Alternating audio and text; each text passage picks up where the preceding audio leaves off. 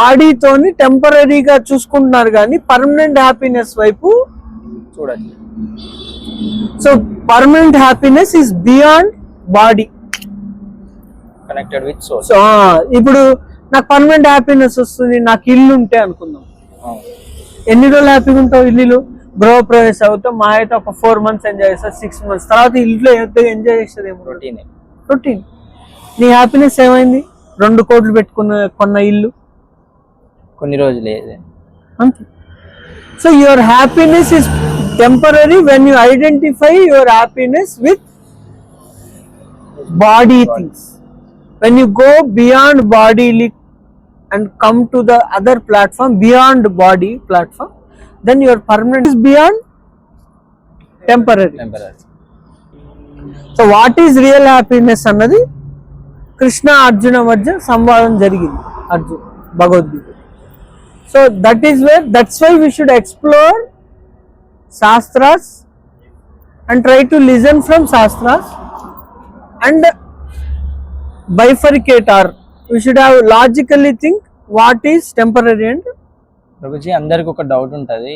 ఎలా అంటే అందరినీ మీరెవరు అనగానే పేరు చెప్తారు, లేదా ఫాదర్ పేరు, మీరు ఇక్కడి నుంచి వచ్చాము అలా అట్లా చెప్తారు. బట్ ఒక క్వశ్చన్ మిగిలిపోయింది, అది ఏంటంటే హూ ఐ యామ్ అనగానే ఈ పేరు తప్పించి వేరే చెప్పలేరు.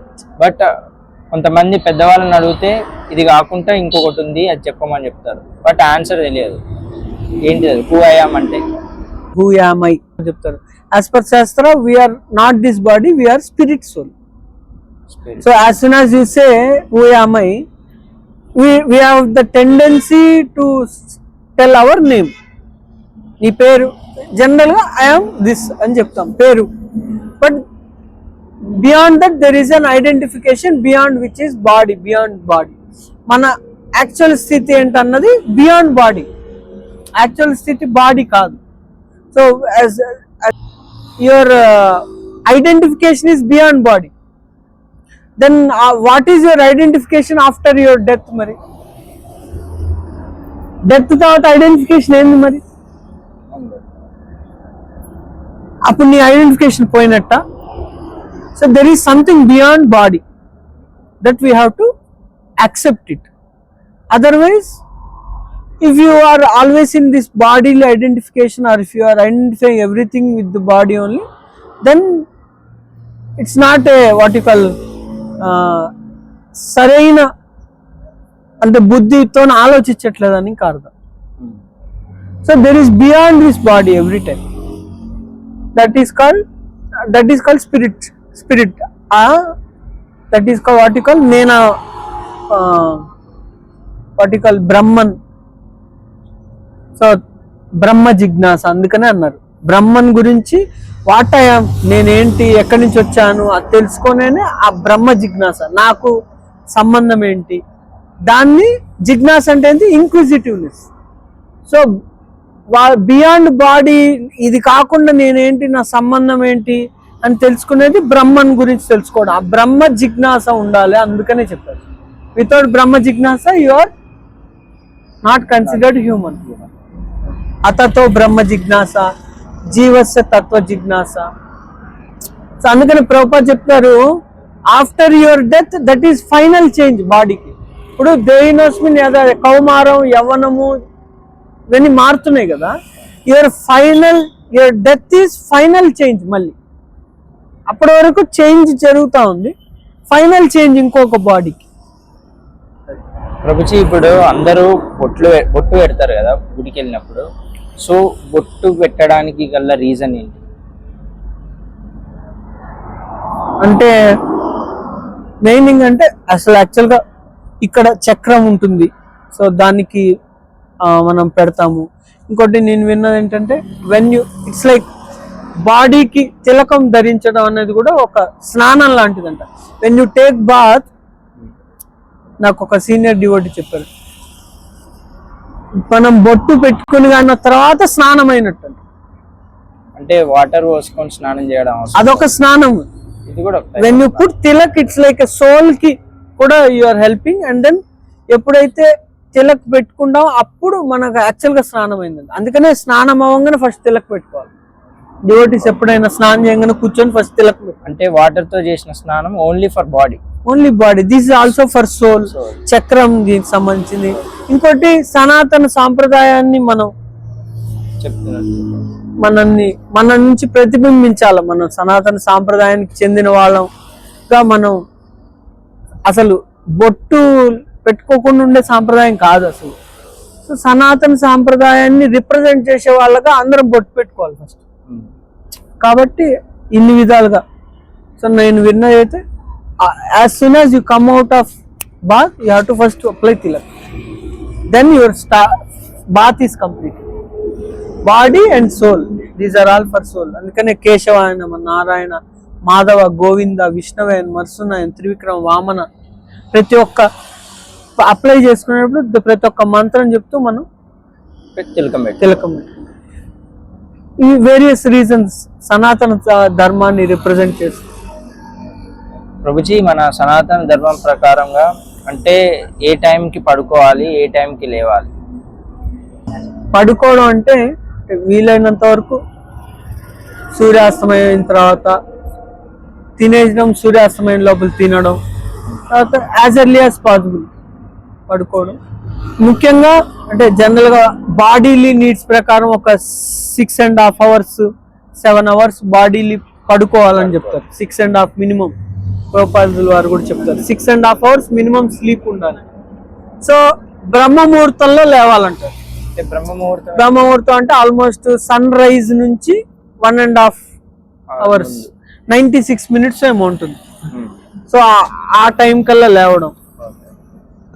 సో అప్పుడు లేవాలంటే అప్పటి నుంచి ఒక 6.5 hours ముందు, అంటే ఇప్పుడు సంథింగ్ 4:30 నుంచి బ్రహ్మముహూర్తం అనుకుంటే 4:30 నుంచి మనం లేచి అన్ని కరెక్ట్ కంప్లీట్ చేసుకోవాలంటే ఆల్మోస్ట్ 7 hours ముందే మనం పడుకోవాలి.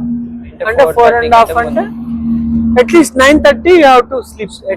Come say come 9 o'clock. If you sleep by 9 o'clock, 3:30, 6.5 hours, and then you complete your morning ఇదవ్వడం అంటే ఫ్రెష్ అప్ అవ్వడం, then you have to బ్రహ్మ ముహూర్తంలో ఎవ్రీ డే.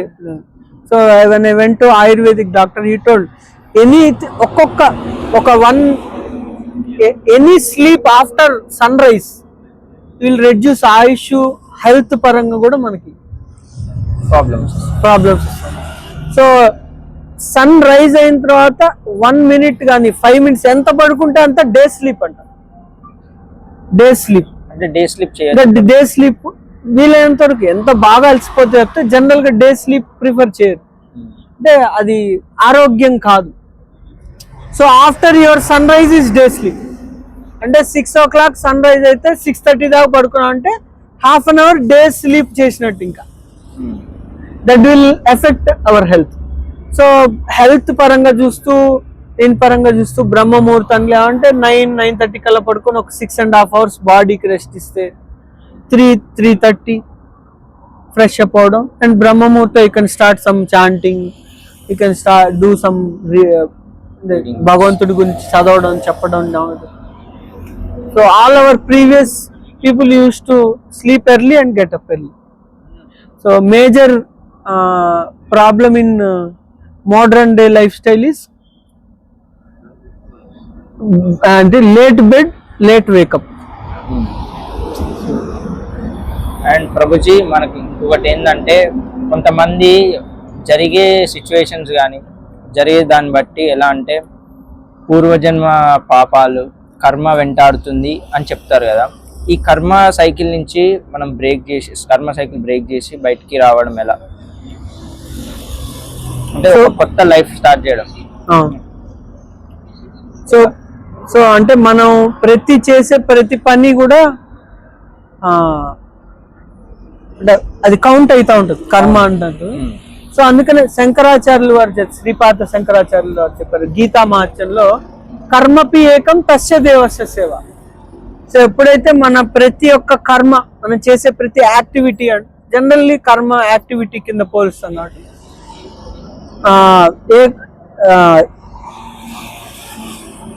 ఏకం శాస్త్రం దేవకీ పుత్ర గీతం ఏకో దేవో దేవకీ పుత్ర ఏవ ఏకో నామ తస్య నామాని అని కర్మపి ఏకం తస్య దేవస్య సేవ. సో ఒకటే కర్మ, తస్య దేవస్య సేవ. సో ఎవరి సేవ? భగవంతుని యొక్క సేవ. సో ఎప్పుడైతే భగవంతుని యొక్క సేవలో మన యొక్క కర్మల్లో మన యాక్టివిటీస్ అన్ని కూడా జాయిన్ చేసి యాక్టివిటీస్ అన్ని కూడా మనం భగవంతుని వైపు మరలుస్తామో అప్పుడు విల్ బి కర్మ బంధన నుంచి మనం బయటపడతాం.